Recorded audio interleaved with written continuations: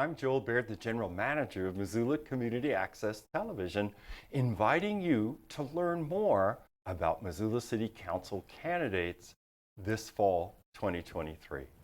In the series, we've invited all 16 candidates for City Council seats of the 6 wards, and some of them have taken us up on the offer to be in the studio in a little quieter, more intimate space to talk about their campaigns and their campaign ambitions. Today we're going to visit with Gwen Jones, who's a candidate for City Council Ward 3. Gwen, thanks so much for taking the time to be here. Hi, Joel. It's great to see you. Oh, thank you. Well, all the candidates were asked the same questions. When Amber was here, she pointed out that she's an incumbent. So you could too if you want. I think it's fair. I'm an incumbent. This is my 3rd time I'm running for office. Yeah, and also fulfilling the role as council president. Correct. Yeah. Yes.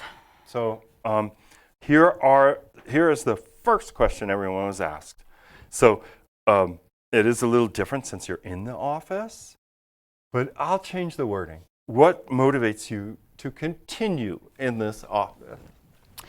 So I'll go back in time a little bit. When I ran the very first time, 8 years ago, I had been involved with the neighborhood council, and then I got into the city council race. And what I said back then, and I still believe, was I wanted to be in city government back then because I thought Missoula was really well run. So I didn't have a platform of I want to come in and change everything. I was really more in line with I think the city is really well run. I want to be part of that and help where I can and help contribute. So now it's 8 years later, and back then in 2016, 2017, we were acquiring the water company. That was the hill we were climbing back then. It was exciting. It was exciting, it was important, and we got it done. I will tell you that I do feel like the issues that we are facing now are harder. We have a lot of homeless issues. Affordable housing is a huge issue. Climate change is an increasingly big issue, just big stuff is going on, tax reform, and I'll talk about all this later, but it's harder now. And so now I still want to be part of local government, but I think it's really important for me to remain on council because of my institutional memory that I bring to council. With this election, if I win, I will be the longest serving person on this council. Because Heidi West is the other one who is also longest serving, and she's rotating off. So I think it's important for me to be there, and if you don't know your history, you're doomed to repeat it. It's important to have that information about what we did in the past, why we did it, how we went about it, how that helps inform our current discussions so that we can figure out the best way forward. And then plus I would have to add, I love Missoula, and I love this community, and I grew up here. I've raised 3 kids here, so I have deep roots and love serving on council, just on an emotional level. Yeah, it is something, this little town of ours. I will mark 40 years here on September 20th. That's great. Congratulations. Have a party. Here's your second question. If you should succeed in retaining office, what would be your top 3 priorities? Great question. Lots going on right now in Missoula. I'd have to say I really have 4 priorities. I'll throw one in at the end. All right. The first one I would say is affordable housing and shelter are just so important. Housing has always been hard in Missoula, and then the pandemic hit, and a lot of people moved here. Our economy turned upside down, so we're having huge housing issues. And I think some of the things we can work on is we've got code reform. We're working on code reform, which is, there's so much with housing that we can't control, strong economic forces. But with code reform, we can streamline and simplify our code, and we can also, it's an opportunity for a paradigm shift to envision how Missoula will look in the future and how we can have more people live here comfortably and have a good quality of life. Also under housing, we've got our Affordable Housing Trust Fund, and I really would like to focus on how we can have permanent source of revenue for that. What else? Oh, and then Missoula Redevelopment Agency. They're coming in on Wednesday, actually, to committee to present on this, that after a couple of years of state government having to finalize some definitions MRA can now really work on workforce housing, which is a huge, huge tool. Before they could only invest in infrastructure. Now they can actually start working on some housing projects beyond just infrastructure. So so a lot going on in affordable housing and shelter, and those are huge issues. But the other two priorities, I would say, climate change is gigantic, and we are working on it, but we need to do a lot more. And maybe Amber Sherrill mentioned this, but in our budget we did put in a new full-time employee for electrification. That person will work on getting money from the Inflation Reduction Act, which there's a lot of money out there. We need to get those grants in so we can do more here in Missoula. So it's a really strategic move. And then the third thing I always throw in is tax reform. So property taxes are continuing to escalate on a high trajectory, and we're frankly providing less services now. And I've talked about this since 2017. We have a structure that does not work for our taxation system anymore, and it needs to be changed. It's not fair to folks paying property taxes. It's not fair to local government trying to provide baseline services. We're not in a good place. And if we had a more diverse tax base, what we could do with climate change and affordable housing would be great. So I would love to see that. But the fourth thing I always want to add in also is equity. We need to work on equity, and we have some things in place that we're working on, but it's also an important component. Could you enlarge? Okay, I got a few questions because I'm putting on the hat, right, of the casual observer of the local governmental scene. So when you said code changes, I assume you meant building code changes so that there could be maybe a streamline towards a construction idea, towards completion. Or I thought, well, does Gwen mean a code reform that allows more density? Or do you mean a code change that allows for structures to be built without 2 parking spaces, per so many? Or do you mean all of that? All of that can come under code reform, and that's why it's a big 3-year, $1 million project, because it's not only streamlining and simplifying. So if someone comes in and they want to build a house, it's simpler, it's faster, it's easier, but it's also changing what our built environment could potentially look like. And that can be parking spots, it can be setbacks, it can be density, all of that. And it really, I think what Missoulians care about is, I think everybody wants everyone to have a good place to live here and have a good quality of life, but we also want to have a beautiful town. And Missoula is beautiful. We have gorgeous mountains, we have beautiful streets, we have pretty places to live. So I don't think we want to see the USSR Russian tenements going up that we all know. The brutalism architecture of Poland. Right, exactly. I think we want to see things that have some grace, some aesthetics, and it's hard for the city to dictate that, but we can try and kind of provide it in our code so that there's flexibility for people to build good design, well-designed buildings that work, that have more density, but that density works for our community instead of just feeling like we're cramming a lot more people in. So code reform is actually a very broad topic. Yes. And then on the tax reform part, it had seemed like with other interviews, people had defined this, that in broad terms, Montana, once a resource extraction state, now a tourism state. Tourists come and put a burden on all of these internal services, roads and police, fire, etc. But there's no way to capture any tax base as we once did from the Bonner Mill or the Frenchtown Mill or the gold mine. And when you mention tax reform, is it along lines like that?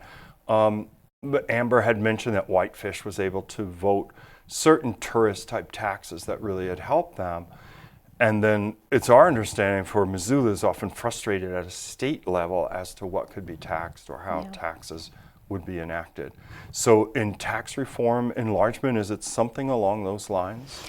Yes, so I think there's several different components to tax reform and as to why we're in the situation that we're currently in, which is not a good situation. As people who are paying property taxes know, be you renter or owner. So first of all, our economy has changed and our taxation system has not kept pace with a changing economy. So yes, those natural resources industries have lessened, and now we have tourism and also technology, and we're not really taxing either of those. So first of all, we need a more diverse tax base, but part of that is pulling dollars from different pockets. And that means tourist pockets. So all of these local option sales tax, you tax items that tourists tend to buy. Now there may be some overlap with locals, like restaurants, alcohol, but then as a portion of what you get from that local option sales tax, you provide a property tax rebate. Yeah. So we're paying ourselves back. So that is really helpful. However, there's another component also, in that the legislature for several decades now has changed laws so that businesses and corporations that feed into local government coffers are paying less. And as anyone who has spent 40 years in Montana knows, this is always a hard place to make a living, and there's been an emphasis on how do we grow business. So I certainly understand all of that. But at this point, we're in a better place business-wise. So now we need to figure out how to broaden our tax base. But when you pull back on all of the taxes on other businesses, centrally assessed businesses, that's cutting across county lines, business equipment tax, all these different categories, well, someone still has to fill the void, and that turns into residential property tax owners. So we're shifting the burden, and that's happened for decades, but in this most recent legislature, a lot of that happened on top of a higher valuation because everything's gone up. So you have all these factors converging, and it's not good. It's a perfect storm, and it needs to be addressed, but the legislature has to address it. And I would add, I just read an interesting article. Whitefish does have the local option sales tax.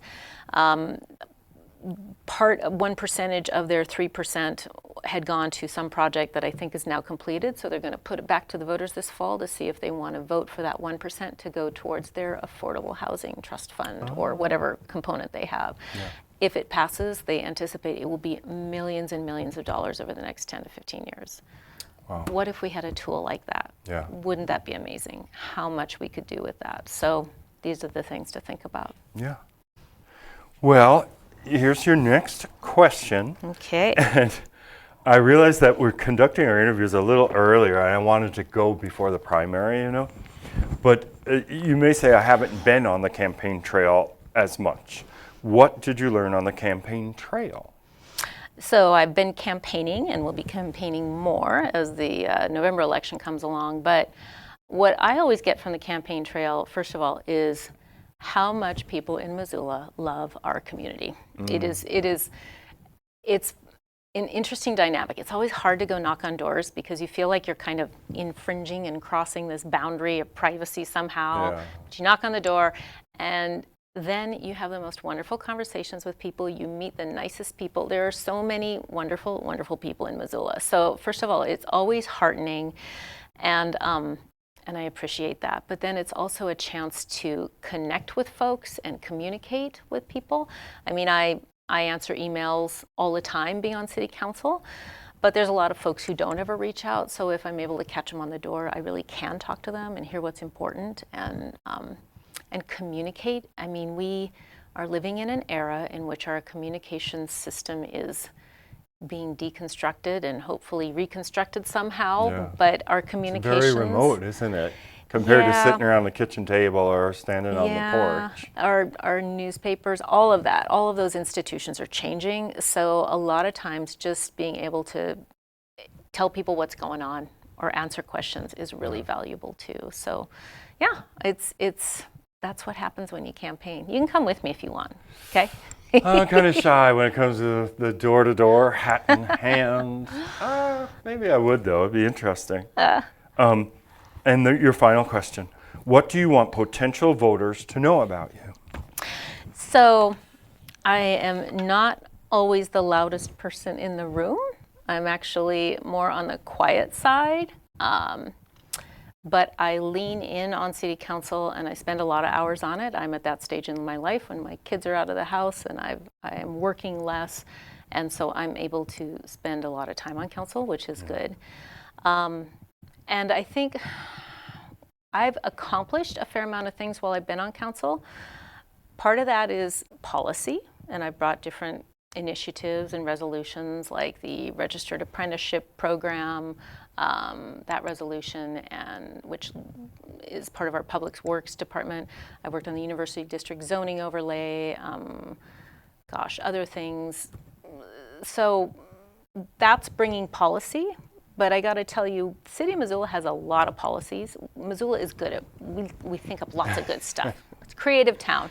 All right. We are really more in a phase of implementing policy with the city right now. So what that means if you're a city councilor is periodically things come to council and we vote and we tweak and we provide input, but it also means attending a lot of meetings internally, where by showing up and sometimes providing some more information or asking a good question, you help get a little bit better product. And so that's things like the Midtown Master Plan. I was involved in that whole planning process. I'm on the Affordable Housing Trust Fund Oversight Committee, so that implements that. So there's different things like that I am part of, that just showing up, being part of that, helping with that implementation is a key part of being on council. So I guess I would want people to know that. And yeah, I'm trying to think of what else I want people to know is I enjoy being on council. That's a big plus. Service, yeah. It's people who work for the city are amazing, and I really enjoy getting to know them, and I appreciate how hard they work and how much they care for this community. Yeah, that's all right. I enjoy it and hope to do another 4 years, so we'll see. All right. Well, Gwen, thanks so much for taking the time. Thank you. It's always good to see you, and I love your new digs here in the library. It's beautiful, dear viewers. If you are interested in seeing MCAT in the library, we're open 7 days a week. Our counter is open 62 hours a week, and we're open whenever the library is open, and there's many opportunities for you to make your own media, including podcasts now. There's a full power radio station under our roof. You could be a DJ. All of which to say, thank you for watching and trying to learn more about city council candidates. We've been visiting with Gwen Jones. She is a candidate for Ward 3, an incumbent of Ward 3 the last 8 years. And also there is a website. Scott's going to put it on the screen for you. And that is GwenJonesForCouncil.org. Yeah, GwenJonesForCouncil.org. And you'll learn more about Gwen and her ambitions for the next 4 years on City Council representing Ward 3.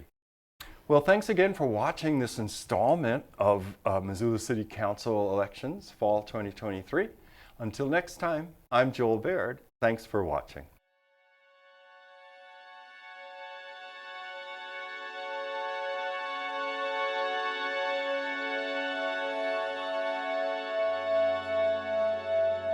Thank you.